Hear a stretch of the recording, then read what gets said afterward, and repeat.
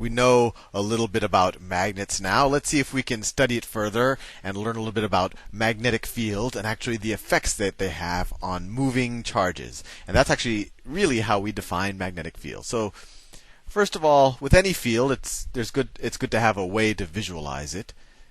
With the electrostatic fields, we drew field lines. So let's try to do the same thing with magnetic fields. So let's say this is my bar magnet. This is the North Pole, and this is the South Pole. Now, the convention when we're drawing magnetic field lines is to always start at the North Pole and go towards the South Pole. And you can almost view it as the path that a magnetic north monopole would take. So if it starts here for a magnetic north monopole, even though as far as we know they don't exist in nature, although they theoretically could, but let's just say for the sake of argument that we do have a magnetic north monopole. If it started out here, it would want to run away from this North Pole and it would try to get to the South Pole. So it would do something, its path would look something like this. And if it started here, maybe its path would look something like this.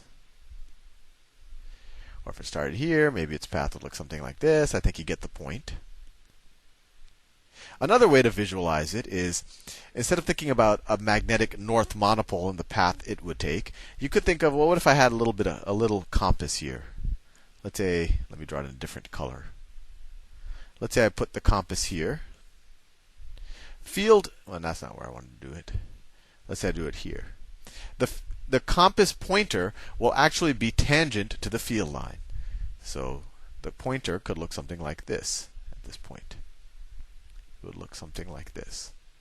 And this would be the north pole of the pointer, and this would be the south pole of the pointer. Or you could, that's how north and south were defined. People had compasses. They said, oh, this is the north-seeking pole, and it points in that direction.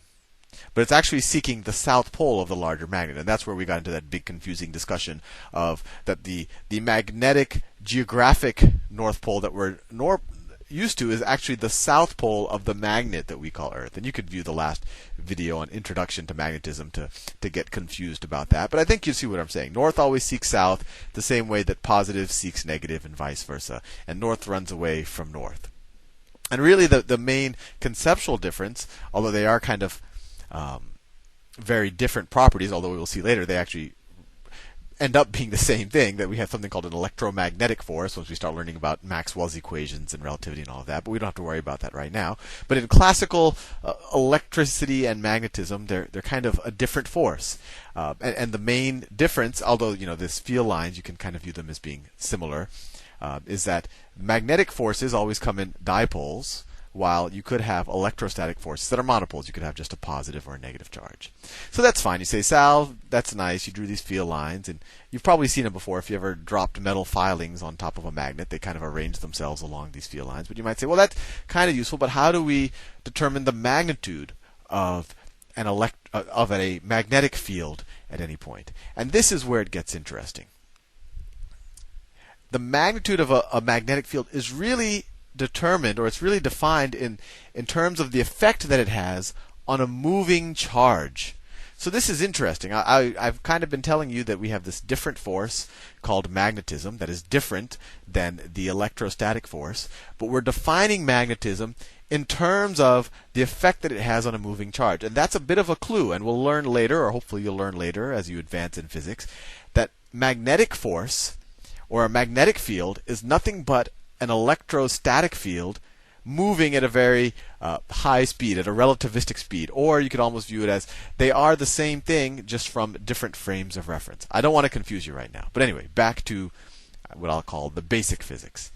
So, if I define a magnetic field as B, so B is a vector and it's a magnetic field, we know that the force on a moving charge, could be an electron, a proton, or some other type of moving charged particle. And actually this is the basis of how they, when you have supercolliders, how they get the particles to go in circles and how they study them based on how they get deflected by the magnetic field. But anyway, the force on a charge is equal to the magnitude of the charge, of course this could be positive or negative, times, and this is where it gets interesting, the velocity of the charge cross the magnetic field. So you take the velocity of the charge. You can either multiply it by the scalar first, or you can take the cross product and then multiply it by the scalar. It doesn't matter because this is just a number. This isn't a vector. But you essentially take the cross product of the velocity and the magnetic field, multiply that times the charge, and then you get the force vector on that particle. Now there's something that should immediately, if you hopefully got a little bit of intuition about what the cross product was, there's something interesting going on here. The cross product, it cares about the vectors that are perpendicular to each other. So for example, if the velocity is exactly perpendicular to the magnetic field, then we'll actually get a number. If they're parallel, then the magnetic field has no impact on the charge. So that's one kind of interesting thing. And then the other interesting thing is when you take the cross product of two vectors, the result is perpendicular to both of these vectors. So that's interesting. A magnetic field, in order to have an effect on a charge, has to be perpendicular to its velocity, and then the force on it is going to be perpendicular to both the velocity of the charge and the magnetic field. I know I'm confusing you at this point, so let's play around with it and do some problems. But before that, let's figure out what the units of the magnetic field are. So we know that the cross product is the same thing as, so let's say, what's the magnitude of the force? The magnitude of the force, and I'm going to arbitrarily change colors, is equal to, well, the magnitude of the charge, this is just a scalar quantity, so it's still just the charge, times the magnitude of the velocity, times the magnitude of the field, times sine of the angle between them. This is the definition of cross product, and then we could put, if we wanted the actual force vector, we could just multiply this times the vector we get using the right-hand rule. We'll do that in a second. But anyway, we're just focused on units. Sine of theta has no units, so we can ignore it for this discussion.